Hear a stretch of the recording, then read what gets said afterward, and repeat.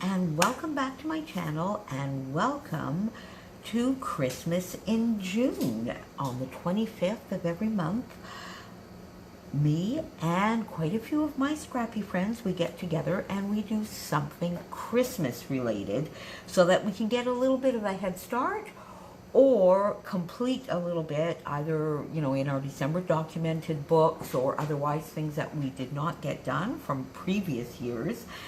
And today I am here with some Christmas cards to get ahead a little bit for this year. Don't forget to pop on down below and follow all of the links to my friends that are playing along today, or look for the thumbnail. We have this month for June and for July, I believe Scrapping Amy is going to be joining us since she is on summer holiday from school. So we have another player starting this month. So I decided to do, and I'm going to do a little bit of a process with you, this fun and easy Christmas card. The inspiration for this came a little bit from one of the Palooza, not last weekend, but the weekend before was our layout Palooza that Christina puts on from Redefine Creative. And we, in addition to all the layouts that we do, we often do a few cards with some of the leftovers. And this idea comes a little bit from there, where Christina had us cutting squares, each smaller than the other, in an ombre pattern, and then organized on a card with just a little bit of embellishment. And that idea got me thinking about a fun Christmas card that maybe I could do that would be easy, nice impact for the people who receive it, and yet thin enough to get into the mail. So I started with my normal 8.5 by 11 cardstock, of course, and this time I cut it down on the 4 1/4 by 11 and then folded it at 5 1/2. So 4 1/4 folded at 5 1/2 to give me this top opening card. And then I followed the principle of having papers, each smaller than the other, layered just upon one another, and then a little bit of a focal point. Now, I have this just navy cardstock here in the background, and if you can see here, it's just the teensiest bit less than the 4 1/4 by 5 1/2. I basically just shaved not even 1/8 of an inch, and I really only did that because if I do it the exact measurement, I find at 4 1/4 by 5 1/2, there's always a little bit of an overhang and I have to trim it a little bit. So by doing it just a touch smaller, it gives just the tiniest border, which I find gives a little bit of interest, and it makes it so much easier to put on the page. Just use my mono multi and off we went. And then I decided to go with some vellum, some pattern paper, another little tiny block of white, and then I needed something to break that up, to give a little element of interest, to add some pizzazz to the card, and you'll see I went with the die, and then just a glitter Christmas card. So there you go. And these I got 3 done. We're going to do the 4th here together, and this, really just took me maybe half an hour, maybe 40 minutes on a Sunday afternoon, and I intend to do at least 4 more of these, and maybe a different color, because it's so fast and I love them. So got that done. So then I decided I would break it up with some vellum, and I'm working in the blues and silvers. So I did, so this here is 4 1/4 by 5 1/2. So I went down by actually almost 3/4 of, 3/4 of an inch. So this is actually 3 1/2? Yeah, 3 1/2 by 4 7/5. So 3 1/2 by 4.75, or 4 3/4.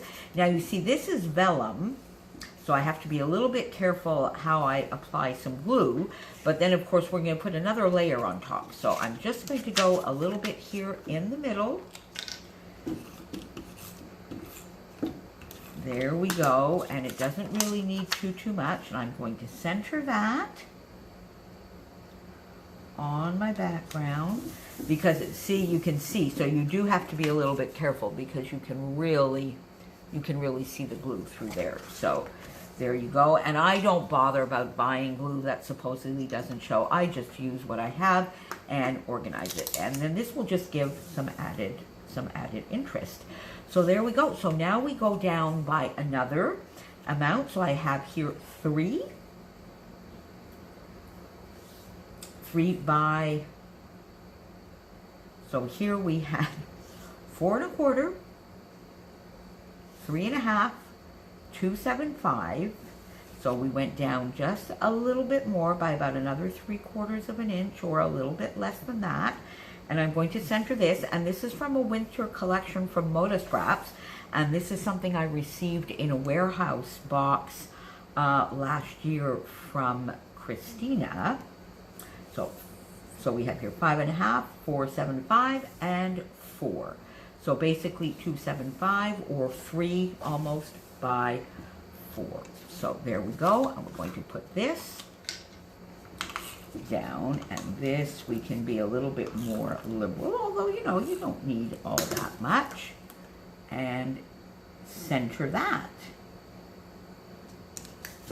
And then this tiny little one, 2 by 3, which is just, this really just comes, I had a 2-inch strip on my desk, so I thought, you know what, I'm just going to put that down in the middle, because I really wanted, I didn't want to put, although you see, I could have, that would have been, it would have been quite fine. Now, if you really want something extra flat, that would be quite good as well. That's kind of cute as well. That could be a really fast card.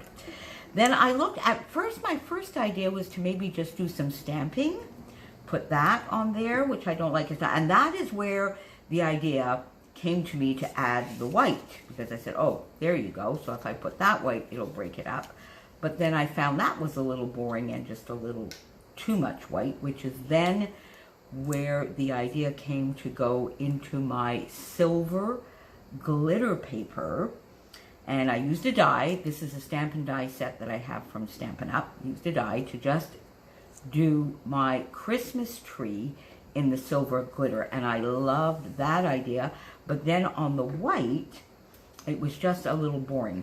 And then another idea that came to me from the Palooza, because Christina had included in our kit some really fun little cut files that were sort of like brick pattern, open pattern, and I thought, you know, I'm sure I have something. And lo and behold, in my stash, I have this lovely die set. I don't have the stamp for this because I really bought it for the dies. Rose Trellis Thinlet, and here is the trellis die. And I went through a phase a little bit, I guess, last year or the year before, where I bought quite a few dies that could act as cut files, because as you know, I do not have an electronic die cutting machine, and I don't think the Creative Cuts Club had started. This is before the Creative Cuts Club started, so I bought a few dies that could act as cut files for me, and I still love that idea. So I just cut this out, and that's where the idea came. So let's get these down. Let's get that down, so I'm going to center that. And you see, as I said, I felt this really needed, you know, something in between to add some interest. That I don't want it straight, because of course, I really don't want to put it straight, because of course it's almost the same width. It's almost sort of the 2 inches. And then if you see, isn't that funny? Now you see, if you put that down straight, to me, it just looks as though I mismeasured and it doesn't fit. It's too long, but not wide enough. So I don't really like it. But then if you just take exactly that and you shift it over just the tiniest little bit, look at the interest. Then it becomes something that was totally planned and adds a lot of interest to that background. So let's just, we're talking here. So these little cards are fun. Do you make your own Christmas cards?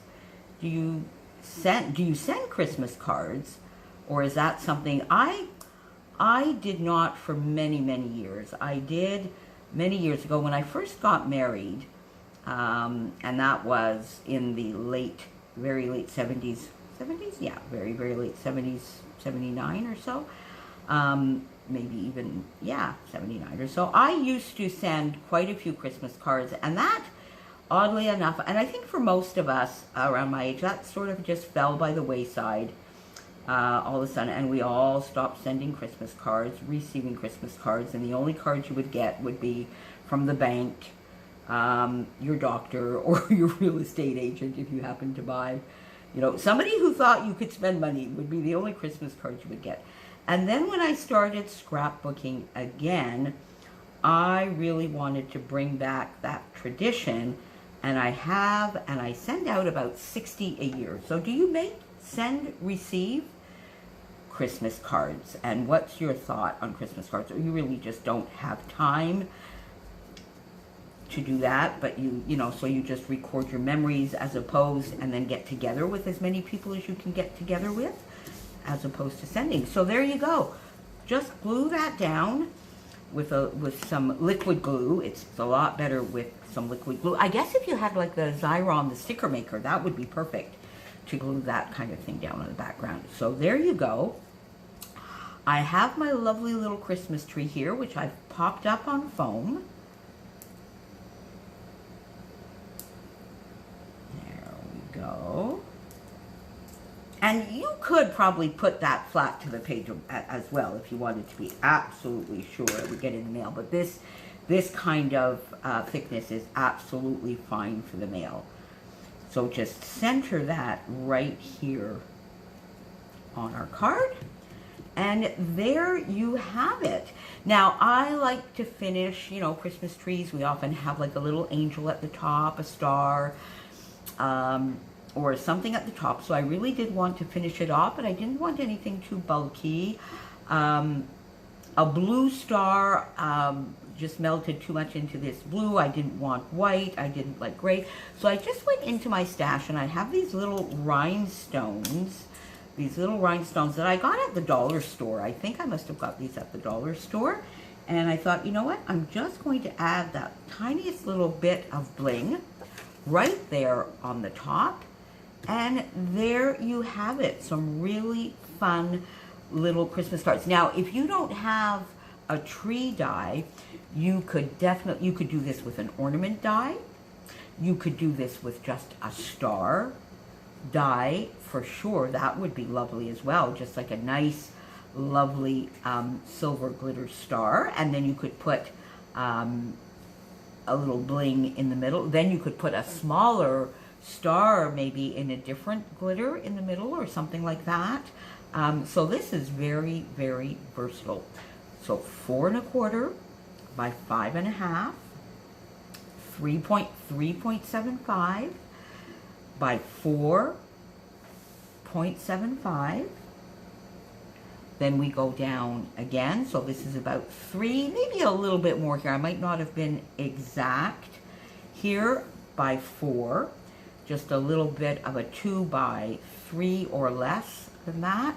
My lovely die. Now you could do this if you had, here's something else. You could do this if you had like a brick die or hexagon cut file that is just any kind of outline. You could do this kind of thing with, just to add a little bit of interest on the back that you put at an angle so that it looks like it fits. The only thing that is popped up on foam here is the glitter tree, a little bit of bling, and there you have it. So I hope you enjoyed this. I hope it gives you a little bit of inspiration for some Christmas cards if you make Christmas cards, or I hope maybe it might get you thinking about sending a few. The first year that I started sending Christmas cards again, I think I only did 10. Slowly, slowly, slowly, and I've worked my way up to maybe about 60 now, but I did that over 7 or 8 years for sure. So sometimes maybe even just 5 cards as part of a gift to somebody special if you feel like doing it, and we can bring back a slower and lovelier snail mail tradition. Have a wonderful day. Join us back again on the 25th of July for Christmas in July. And please make sure you pop on down below and see what everybody else is doing for their Christmas in June. You're going to get some cards, you're going to get some tags and embellishments, you're going to get some TN spreads, you're going to get people working on Journal Your Christmas or December Documented. So have a little bit in this heat wave, have a little bit of a cooling hop along for Christmas. See you soon. Thanks for joining me. Bye-bye.